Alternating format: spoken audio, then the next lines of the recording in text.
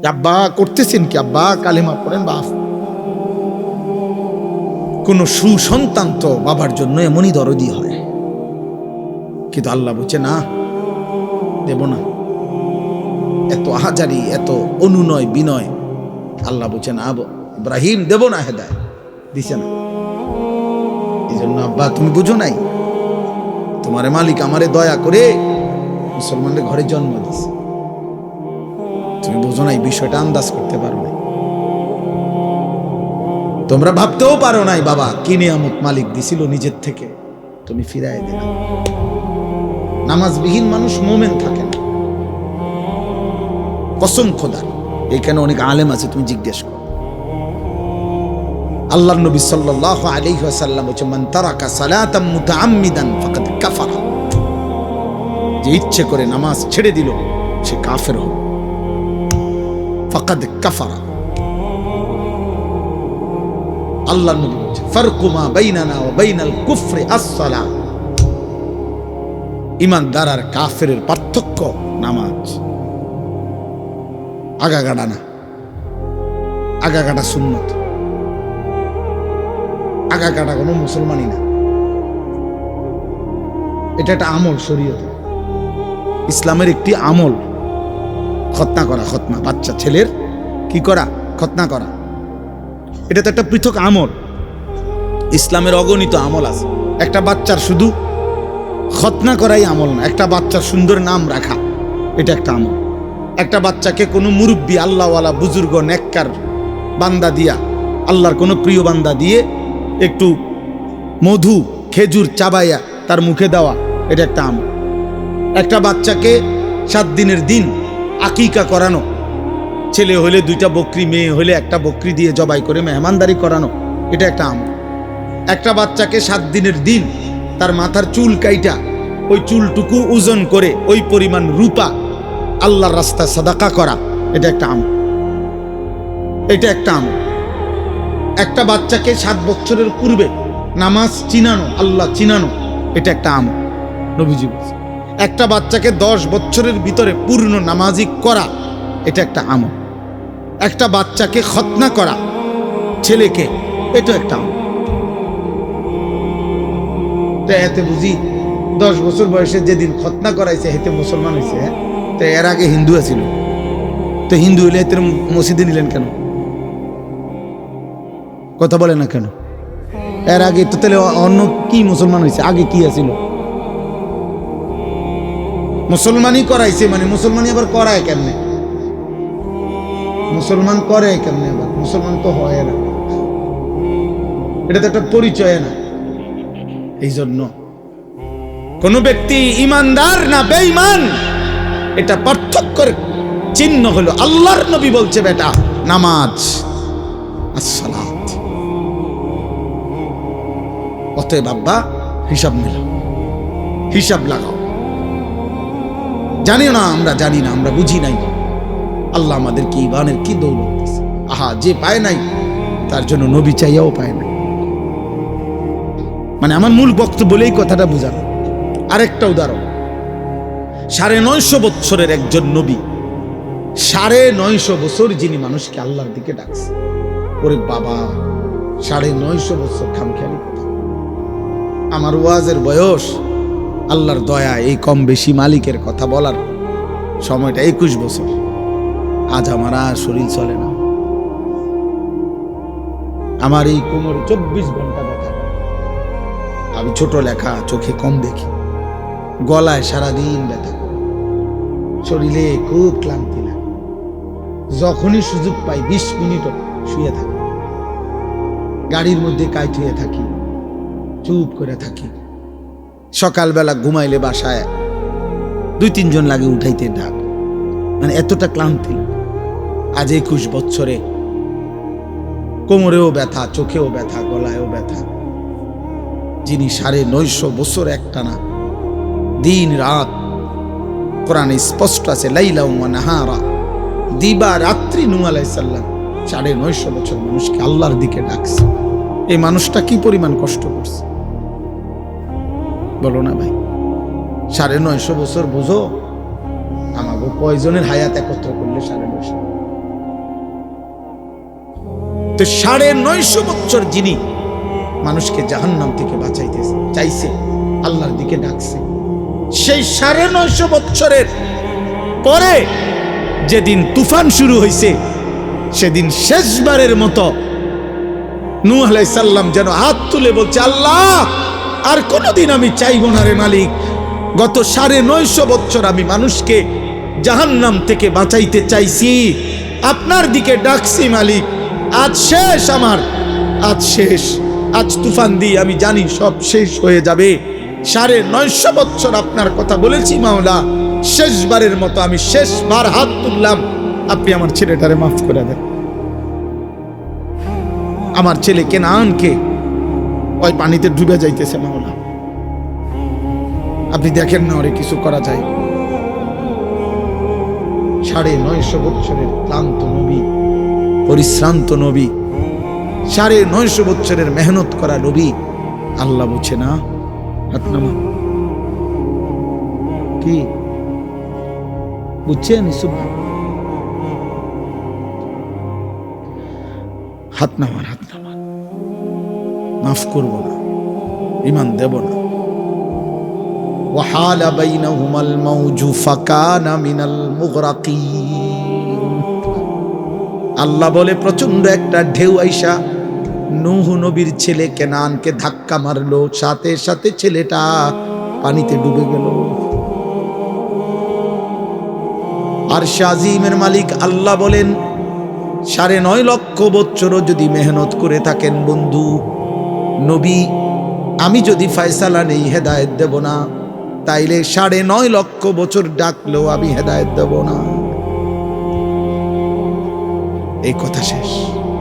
দোস্ত, ছেলের আব্বা একজন বুঝো, আমি ভোটের প্রচারণার জন্য আসি, আমি প্রার্থী না, আমি কোনো নির্বাচনে প্রার্থী না, আমার কোনো মার্কা নাই, আমি কোনো মার্কার পক্ষে প্রচারণাও করি না, বুঝিও না মার্কা মূর্খা।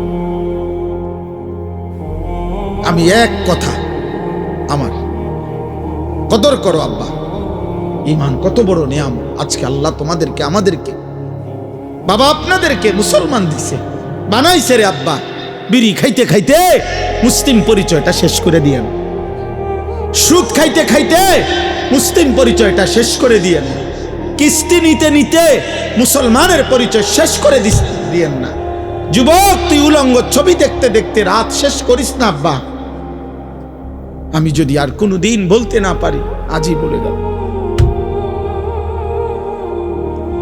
এমন সুন্দর হায়াত, এমন নিয়ামত, এমন কালেমা, এমন নবী ফিরাই দিস না, এমন নবী ফিরাই দিস না বাপ। তিনি এমন নবী, 23 বছর যিনি উম্মতের জন্য অঝরে কাঁদছে, প্রতি রাত্রে নবী উম্মতের জন্য কাঁদছে।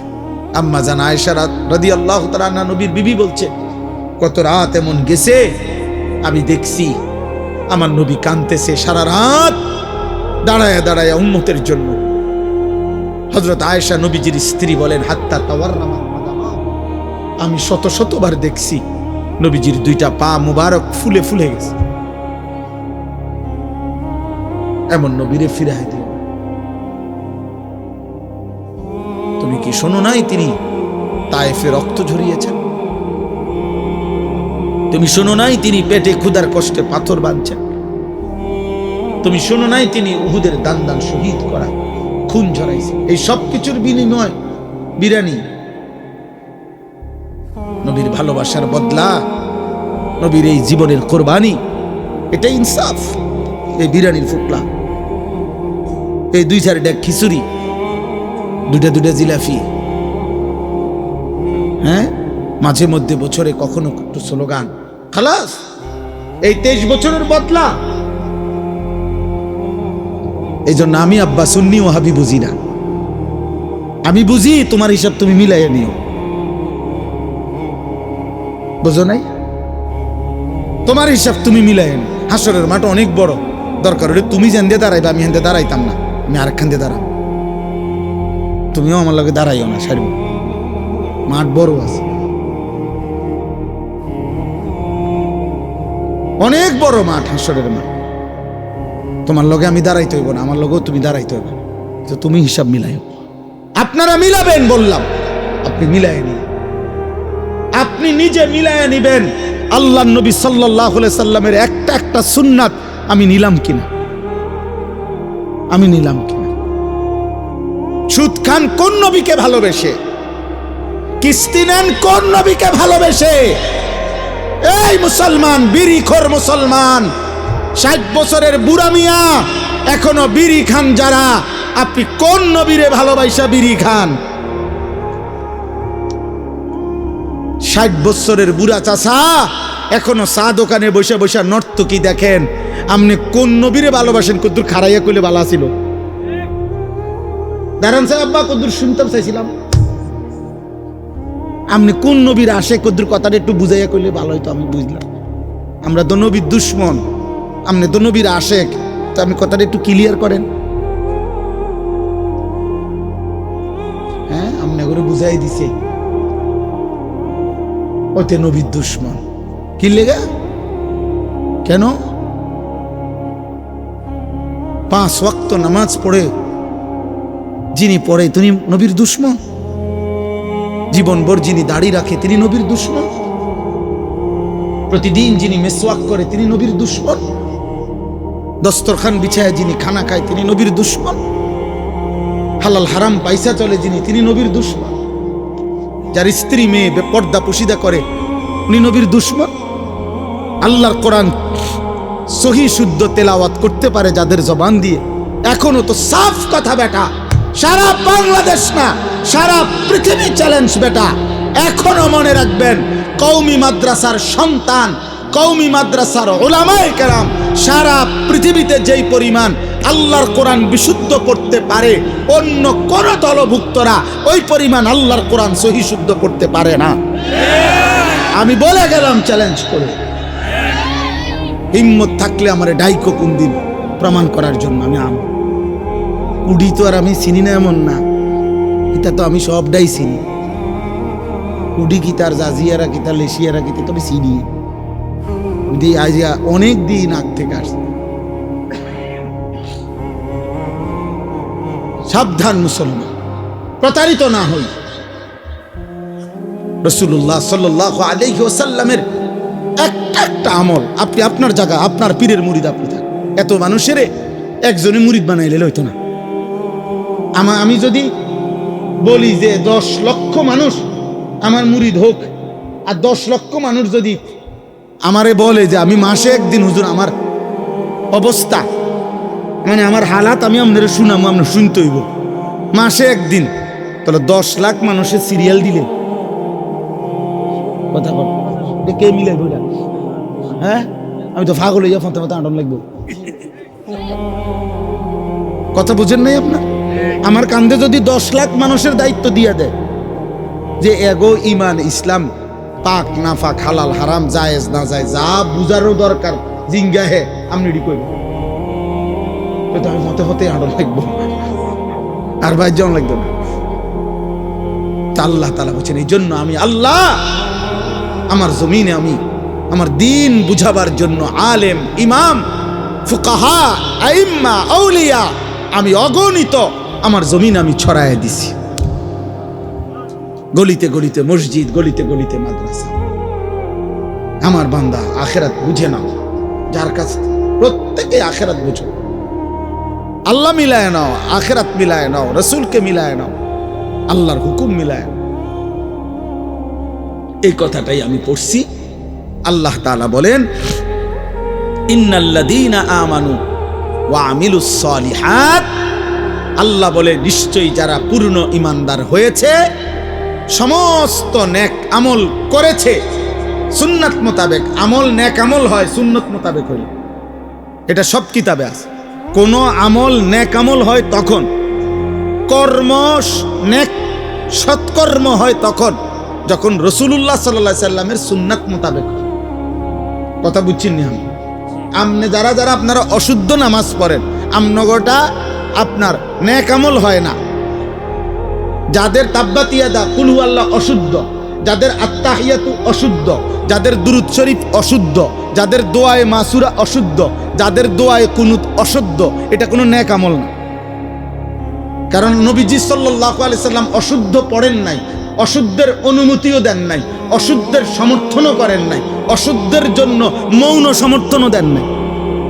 আচ্ছা চলক না, আচ্ছা চলক কর নাই তিনি বলছেন তো।